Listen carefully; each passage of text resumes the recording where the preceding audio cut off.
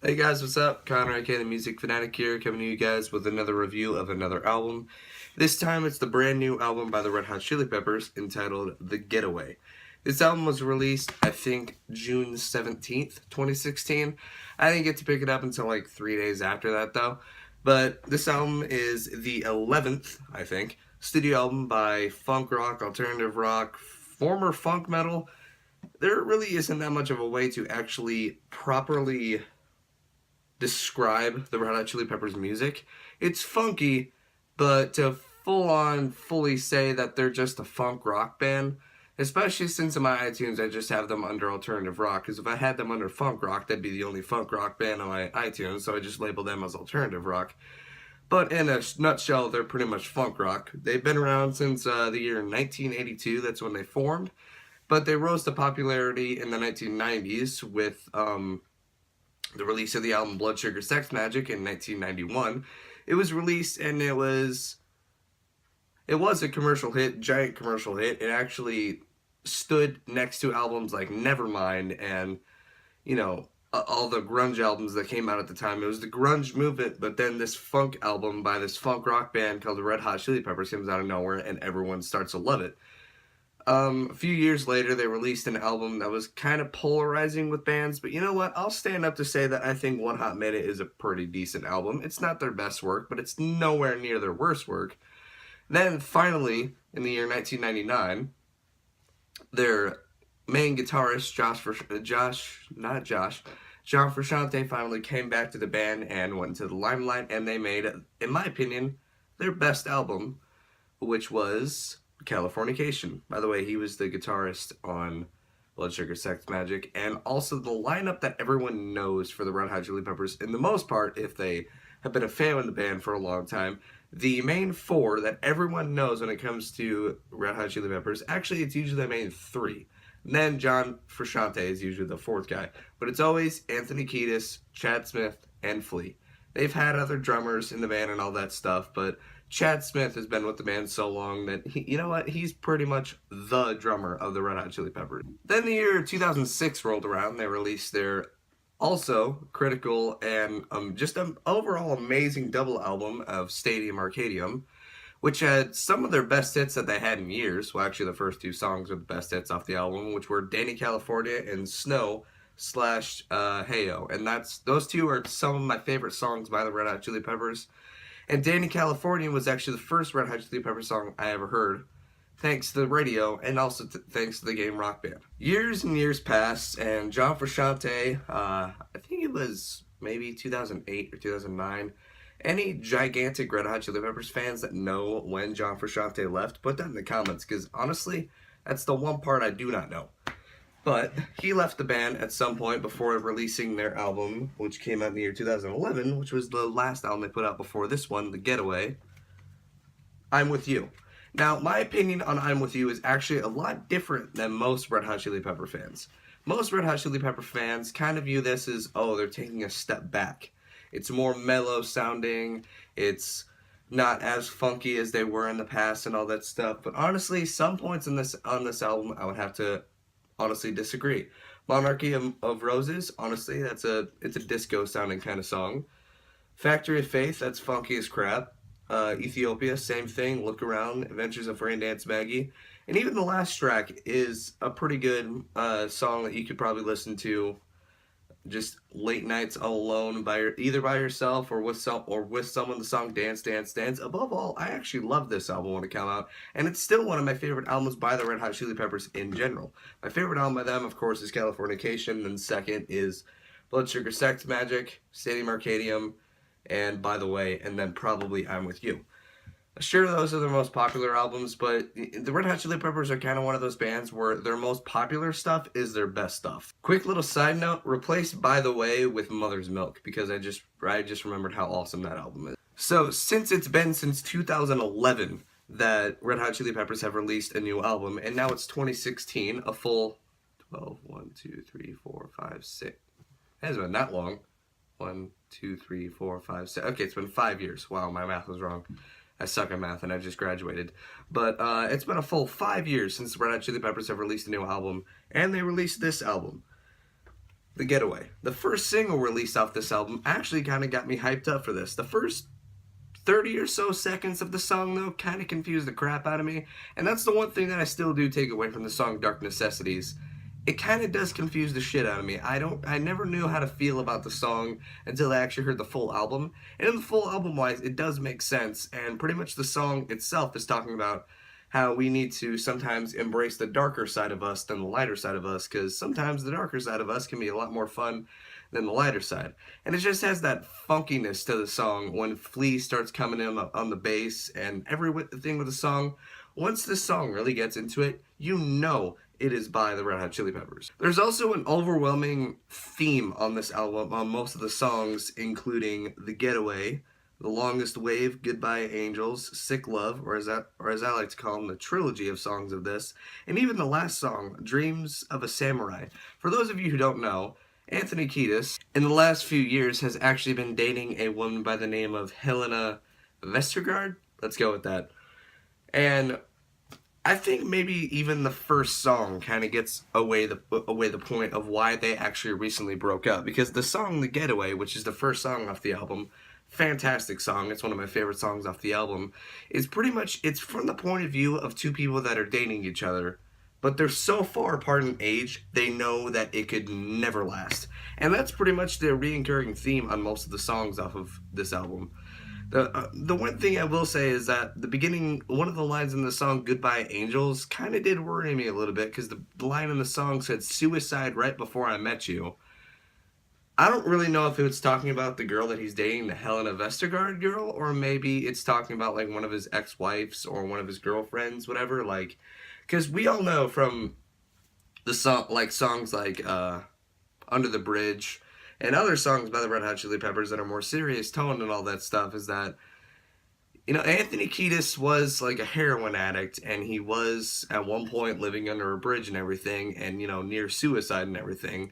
So maybe the song Goodbye Angels isn't talking about that Helena girl, or maybe it is, I don't know, but it's, most of the songs off this album are talking about their recent breakup. And I forgot which song it was that had the lyrics in it, and I would have looked it up right now, but I'm kind of lazy.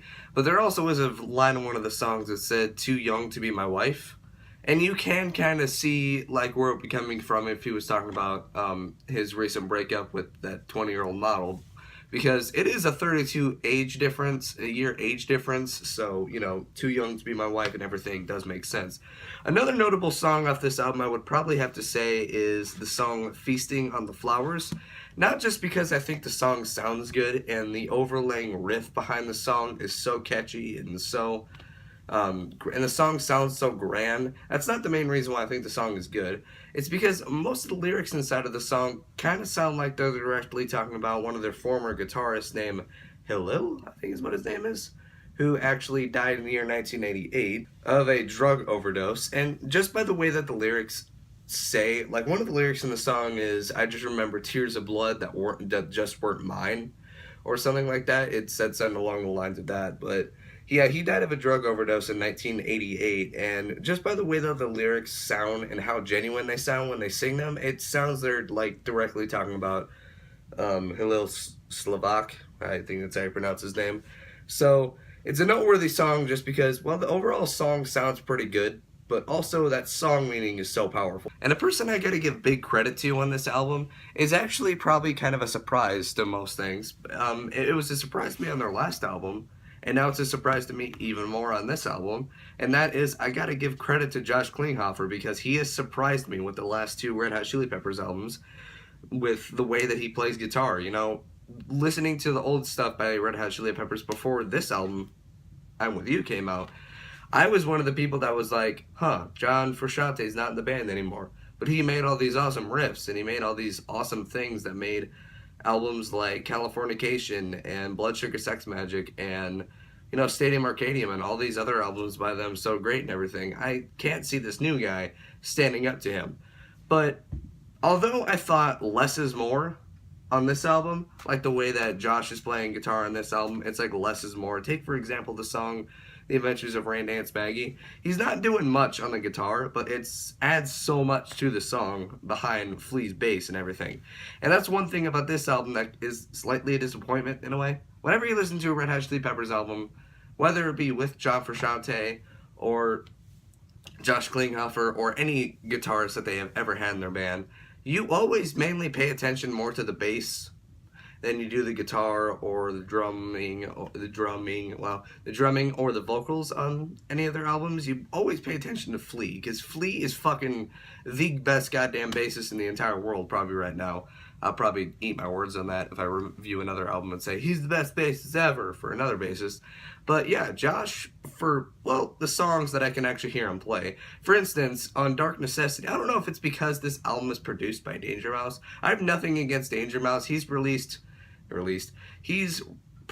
some of the best albums that have come out in recent years, honestly, like not Danger Days, wow.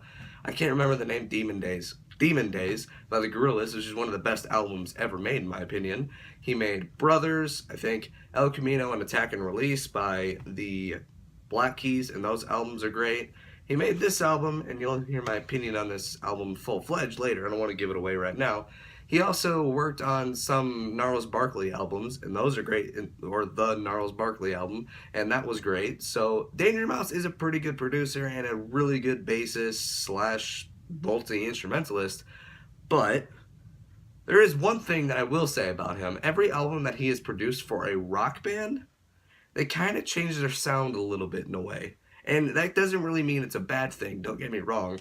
I think that a band's evolving and changing the way that they sound is always a good thing. You never want to sound exactly the same as your last album, which brings me to a point on another band right now. I recently watched Watch Mojo's top 10 bands that should stop recording.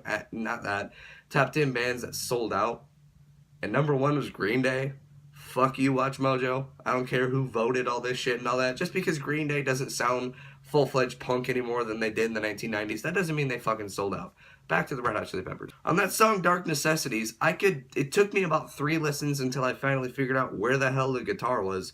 And also, the song, The Getaway, took me about 2 tries before I realized that's bass in the beginning of the song. Bass and guitar at the exact same time, but you primarily hear the bass in the beginning more than the guitar. And the song Dark Necessities and a few other songs, like, can't really think of one on the top of my head right now. The one I can't think of right now is, I think, the song Encore and Dreams of a Samurai.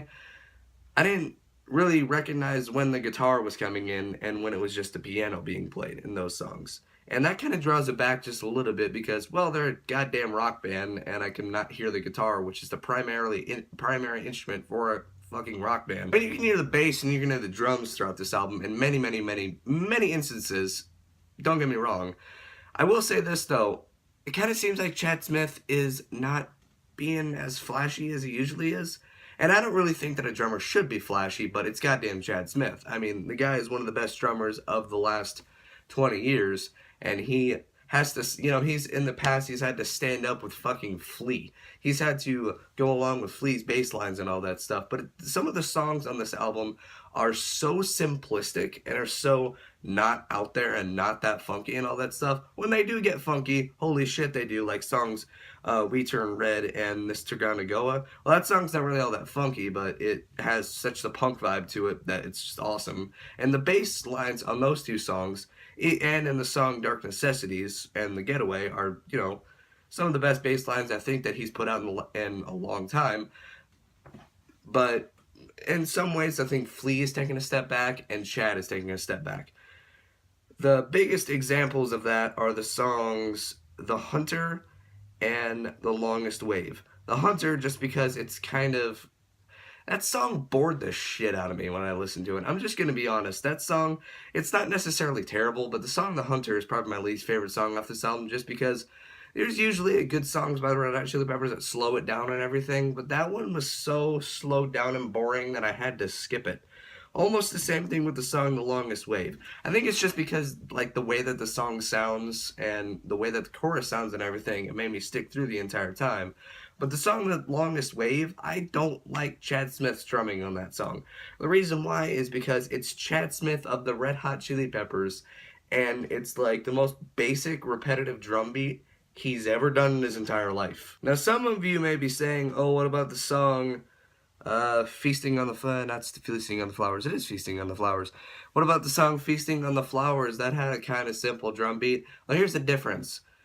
The Longest Wave is like a slowed down type song, so it makes sense that it would be that, but the simple kind of drumming that he's doing on the song Feasting on the Flowers makes sense because it just adds an overall ambience behind the song that escalates it. I just think that the song The Longest Wave, other than the chorus part of the song, is extremely boring. And two other songs I think are boring are The Hunter and Encore. They have great meanings behind them, even though I can't really figure out what the hell they are. Those are the two songs I have no idea what the hell they're about. Some people have told me that the song The Hunter is kind of about, Chad Smith, not Chad Smith, Anthony Kiedis being a dad and all that stuff, but either way, I'm not really a fan of that song. Another song I'm not really a fan of off this song is the song Detroit. Now, I know what the overall meaning behind the song is. Maybe he's talking about when he was with his ex-girlfriend, Helena, or maybe he's talking about just meeting a new woman and all that stuff, and he's like saying, he says in the song, I'm crazy like Detroit. There's just some of the lyrics on this album, too, kind of bother the crap out of me, too. Like, honestly, one of the first lines of, I think, what song is it? It's like Dreams of a Samurai or The Hunter or something like that. Sure, he says listening to the Beatles, but I don't know. There was just some lines in this album when he talks about getting, like, having, like, something about doing acid in a graveyard, or when he talks about, oh, I bought weed with my friend Flea or something like that. There were just some moments like that that kind of just turned me off on that. I mean, I do still think this is a great album. There's just moments that kind of they don't really pissed me off. They kind of just made me scratch my head. Like I was literally listening to it, and there's moments on this album I literally went, oh, okay, that's weird. And that really, it's kind of a drawback, but then again, it's Red Hot Chili Peppers. They've had worse lyrics, trust me. One of my favorite songs by them ever is Sir Psycho Sexy. Enough said. I think another one of the main problems I have with this album, and the main reason why I don't think this album is absolutely, oh my god, it's so awesome and everything, and why I think that it's kind of a disappointment, is that while even the songs I enjoy off this album are good, it's not really anything all that special. I mean, it's like the songs off this album are good. You can sit down and listen to them. It's an album that you can listen to in its entirety and not really skip any of the songs. But looking at other albums by the Red Hot Chili Peppers, like this one, or even these two, there's moments when you listen to songs off of that, like the beginning of the song Around the World off of Californication, or By the Way off of the album By the Way, or what else is on this album? I forgot. Can't Stop and all that stuff. Even songs like Danny California, Heyo and everything off of Stadium Arcadium. Even songs off of this album. There's parts in the song where you just go like, oh my, holy crap, this is good and everything. I didn't get that really once on most of the songs off this album. I kind of got moments like, oh, that sounds cool. But I never got like, oh, wow, this is wowing me right now. It's a Red Hot Chili Peppers album. It's a Red Hot Chili Peppers album, and it didn't wow me. That's the main reason why. Most of the songs, they just sound like, songs you just hear on the radio. It's like, oh, new Red Hot Chili Peppers song. But it's not one of their older ones. It's like one of their newer ones where you're just like, oh, new song. Cool. That's pretty much the vibe I get of every song off this album. Even the ones I like, even the ones I dislike, I'm just like, oh, that's all I get from the songs. Even on this album, I had moments where I'm just like, huh, this is actually pretty cool. I had that on every single one of their albums, but this album, the most I get is, huh, that's it. I don't get, oh my god, I get, huh. And knowing me, I'm a huge Red Hot Chili Peppers fan. I've been a fan of the band ever since 2007, 2006, if you count, maybe, I don't know.